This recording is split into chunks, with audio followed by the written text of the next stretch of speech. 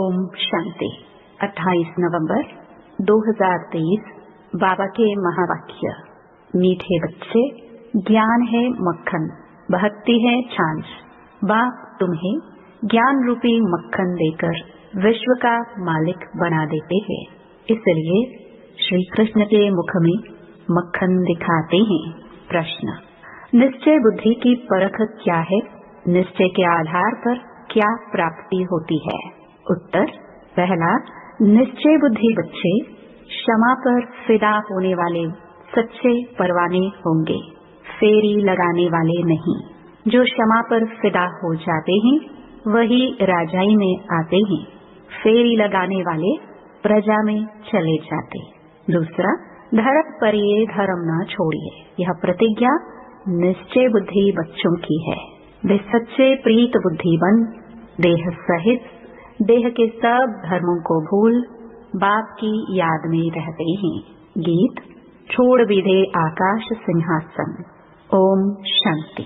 भगवान वाच: भगवान कहा जाता है निराकार परम पिता को।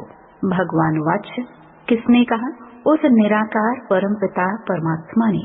निराकार बाप निराकार आत्माओं को बैठ समझाते हैं। निराकार आत्मा इस शरीर रूपी कर्मेंद्रियों से सुनती है। आत्मा को न मेल न फीमेल कहा जाता है, उनको आत्मा ही कहा जाता है। आत्मा स्वयं इन ऑर्गन्स द्वारा कहती है, मैं एक शरीर छोड़ दूसरा लेती हूँ। जो भी मनुष्य मात्र हैं वह सब ब्रदर्स हैं। जब निराकार परमपिता परमात्मा की संतान हैं तो आपस में सब भाई भाई हैं। जब प्रजापिता ब्रह्मा की संतान हैं तो भाई बहन हैं। यह हमेशा सबको समझाते रहो। भगवान रक्षक है, भक्तों को भक्ति का फल देने वाला है। बाप समझाते हैं, सर्व का सद्गति दाता एक मैं हूँ। सर्व का शिक्षक बन श्रीमत देता हूँ और फिर सर्व का सदगुरु भी हूँ। उनको कोई बाप टीचर गुरु नहीं। वही बाप प्राचीन भारत का राजयोग सिखलाने वाला है, श्री कृष्ण नहीं। श्री कृष्ण को बाप नहीं कह सकते, उनको दैवी गुणधारी स्वर्ग का प्रिंस कहा जाता है। पतित पावन सद्गति दाता एक को कहा जाता है। अभी सब दुखी पापात्मा भ्रष्टाचारी हैं। भारत ही सत्य में दैवी श्रेष्ठाचारी था, फिर वह भ्रष्टाचारी आसुरी राज्य होता है। सब कहते हैं पतित पावन आओ, आकर राम राज्य स्थापन करो। तो अब रावण राज्य है। रावण को जलाते भी हैं, लेकिन रावण को कोई भी विद्वान आचार्य पंडित नहीं जानते। सतयुग से त्रेता तक राम राज्य, द्वापर से कलयुग तक रावण राज्य। ब्रह्मा का दिन सो ब्रह्मा कुमार कुमारियों का दिन। ब्रह्मा की रात सो बीके की रात। अभी रात पूरी हो, दिन आना है। गाया हुआ है विनाश काले विपरीत बुद्धि। 3 सेनाएं भी हैं। परम पिता को कहा जाता है beloved most God father, ocean of knowledge. तो जरूर नॉलेज देते होंगे ना। सृष्टि का चैतन्य बीज रूप है, सुप्रीम सोल है, अर्थात ऊंच से ऊंच भगवान है। ऐसे नहीं कि सर्वव्यापी है। सर्वव्यापी कहना यह तो बाप को डिफेम करना है। बाप कहते हैं ग्लानि करते करते धर्म ग्लानि हो गई है। भारत कंगाल भ्रष्टाचारी बन गया है। ऐसे समय पर ही मुझे आना पड़ता है। भारत ही मेरा बर्थ प्लेस है। सोमनाथ का मंदिर, शिव का मंदिर भी यहाँ है। मैं अपने बर्थ प्लेस को ही स्वर्ग बनाता हूँ, फिर रावण नरक बनाता है, अर्थात रावण की मत पर चल नरकवासी आसुरी संप्रदाय बन पड़ते हैं। फिर उन्मों को बदलकर मैं दैवी संप्रदाय श्रेष्ठाचारी बनाता हूँ। यह विषय सागर है, वह है क्षीर सागर। वहाँ घी की नदियाँ बहती हैं। सत्युग त्रेता में भारत सदा सुखी सॉल्वेंट था। हीरे जवाहरों के महल थे। अभी तो भारत 100% इनसॉल्वेंट है। मैं ही आकर 100% सॉल्वेंट श्रेष्ठाचारी बनाता हूँ। अब तो ऐसे भ्रष्टाचारी बन गए हैं जो अपने दैवी धर्म को भूल गए हैं। बाप बैठ समझाते हैं कि भक्ति मार्ग है छाछ, ज्ञान मार्ग है मक्खन। श्री कृष्ण के मुख में मक्खन दिखलाते हैं, यानी विश्व का राज्य था। लक्ष्मी नारायण विश्व के मालिक थे। बाप ही आकर बेहद का वर्षा देते हैं, अर्थात विश्व का मालिक बनाते हैं। कहते हैं मैं विश्व का मालिक नहीं बनता हूँ। अगर मालिक बनो तो फिर माया से हार भी खानी पड़े। माया से हार तुम खाते हो, फिर जीत भी तुमको पानी है। यह 5 विकारों में फंसे हुए हैं। अभी मैं तुमको मंदिर में रहने लायक बनाता हूँ। सतयुग बड़ा मंदिर है, उसको शिवालय कहा जाता है, शिव का स्थापन किया हुआ। कलयुग को वेश्यालय कहा जाता है, सब विकारी हैं। अब बाप कहते हैं देह के धर्म छोड़ अपने को आत्मा समझ, मुझ बाप को याद करो। तुम बच्चों की अब बाप से प्रीत है, तुम और कोई को याद नहीं करते हो। तुम हो विनाशकाले प्रीत बुद्धि। तुम जानते हो कि श्री श्री 108 परमपिता परमात्मा को ही कहा जाता है। 108 की माला फेरते हैं। ऊपर में है शिव बाबा, फिर माता पिता ब्रह्मा सरस्वती, फिर उनके बच्चे जो भारत को पावन बनाते हैं। रुद्राक्ष की माला गाई हुई है, उसको रुद्र यज्ञ भी कहा जाता है। कितना बड़ा राजस्व अश्वमेध अविनाशी ज्ञान यज्ञ है, कितने वर्षों से चला आता है। जो भी अनेक धर्म आदि हैं, सब इस यज्ञ में खत्म हो जाने हैं, तब यह यज्ञ पूरा होगा। यह है अविनाशी बाबा का अविनाशी यज्ञ। सब सामग्री इसमें स्वाहा हो जानी है। पूछते हैं विनाश कब होगा? अरे जो स्थापना करते हैं उनको ही फिर पालना करनी होती है। यह है शिव बाबा का रथ। शिव बाबा इसमें रथी है, बाकी कोई घोड़े गाड़ी आदि नहीं है। वह तो भक्ति मार्ग की सामग्री बैठ बनाई है। बाबा कहते हैं मैं इस प्रकृति का आधार लेता हूँ। बाप समझाते हैं पहले अव्यभिचारी भक्ति है, फिर कलयुग अंत में पूरी व्यभिचारी बन जाती है।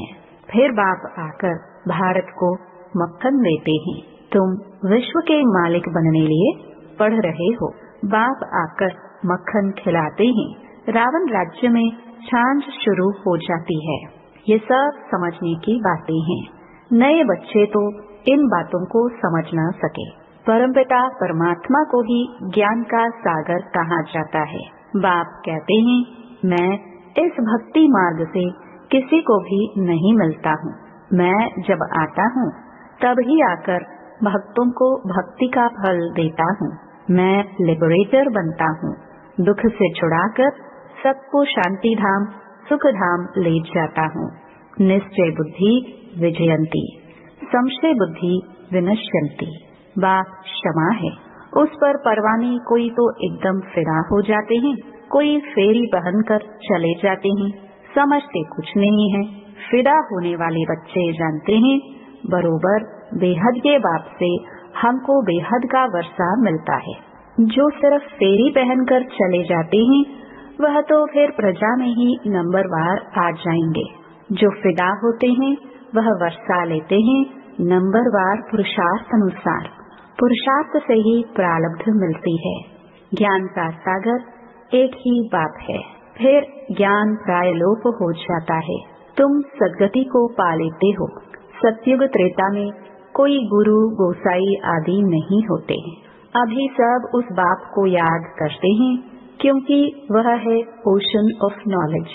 सबकी सद्गति कर देते हैं।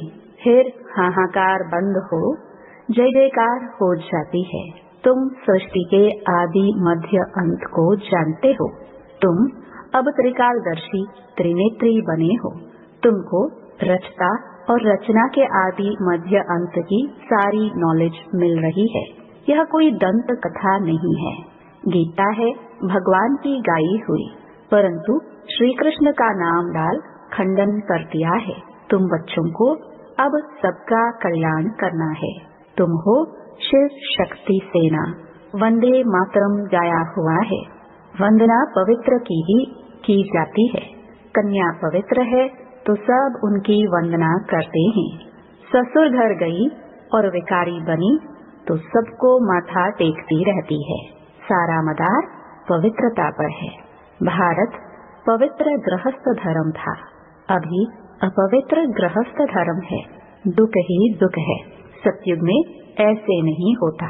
बाप बच्चों के लिए तेरी हथेली पर बहिष्ठ ले आते हैं। गृहस्थ व्यवहार में रहते बाप से जीवन मुक्ति का वर्षा ले सकते हो। घर बार छोड़ने की कोई बात नहीं। सन्यासियों का निवृत्ति मार्ग अलग है। अब बाप से प्रतिज्ञा करते हैं, बाबा हम पवित्र दुनिया के मालिक जरूर बनेंगे। फिर धरत पर ये धर्म न छोड़िए। 5 विकारों का दान दो तो माया का ग्रहण छूटे, तब 16 कला संपूर्ण बनेंगे। सत्युग में है 16 कला संपूर्ण निर्विकारी। अब श्रीमत पर चलकर फिर से ऐसा बनना है। भगवान है ही गरीब निवास। साहूकार इस ज्ञान को उठा नहीं सकते, क्योंकि वह तो समझते हैं हमको धन आदि बहुत है, हम तो स्वर्ग में बैठे हैं, इसलिए अबलाए अहिल्याए ही ज्ञान लेती हैं। भारत तो गरीब है, उनमें भी जो गरीब साधारण है उन्हों को ही बाप अपना बनाते हैं। उन्हों की ही तकदीर में है। सुदामा का मिसाल गाया हुआ है ना। साहूकारों को समझने की फुर्सत नहीं।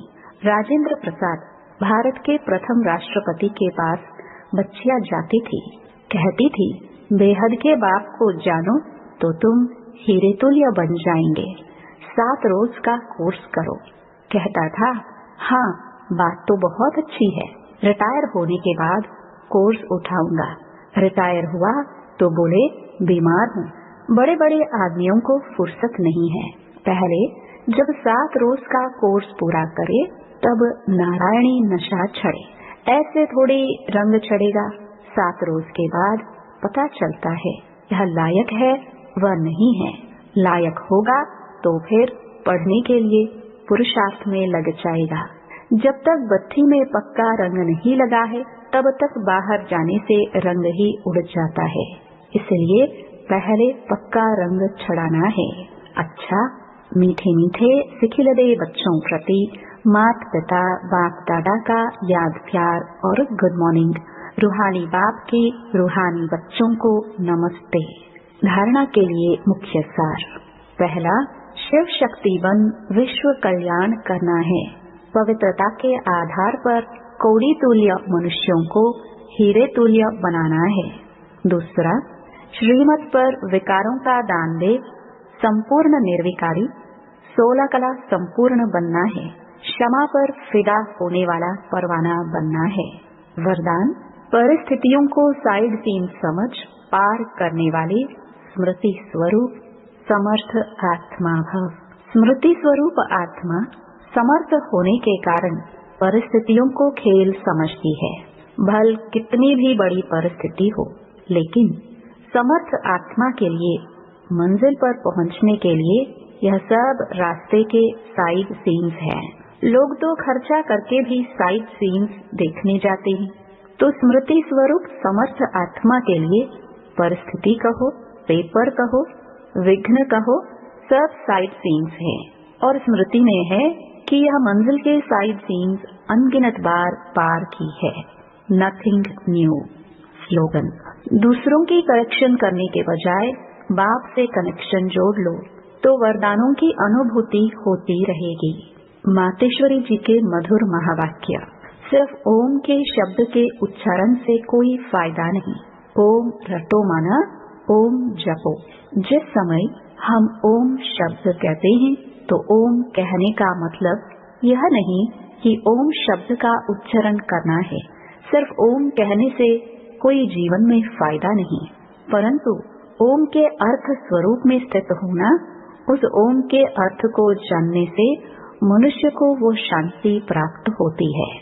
अब मनुष्य चाहते तो अवश्य है कि हमें शांति प्राप्त होवे, उस शांति स्थापन के लिए बहुत सम्मेलन करते हैं, परंतु रिजल्ट ऐसे ही दिखाई दे रही है जो और अशांति दुख का कारण बनता रहता है, क्योंकि मुख्य कारण है कि मनुष्य आत्मा ने जब तक 5 विकारों को नष्ट नहीं किया है तब तक दुनिया पर शांति कदाचित हो नहीं सकती। तो पहले हर एक मनुष्य को अपने 5 विकारों को वश करना है और अपनी आत्मा की डोर परमात्मा के साथ जोड़नी है, तब ही शांति स्थापन होगी। तो मनुष्य अपने आप से पूछे, मैंने अपने 5 विकारों को नष्ट किया है, उन्हों को जीतने का प्रयत्न किया है। अगर कोई पूछे तो हम अपने 5 विकारों को वश कैसे करें, तो उन्हों को यह तरीका बताया जाता है कि पहले उन्हों को ज्ञान और योग का वासधूप लगाओ और साथ में परमपिता परमात्मा के महावाक्य हैं, मेरे साथ बुद्धि योग लगाए, मेरे बल को लेकर मुझ सर्वशक्तिवान प्रभु को याद करने से विकार हटते रहेंगे। अब इतनी चाहिए साधना जो खुद परमात्मा आकर हमें सिखाता है। अच्छा, ओम शांति।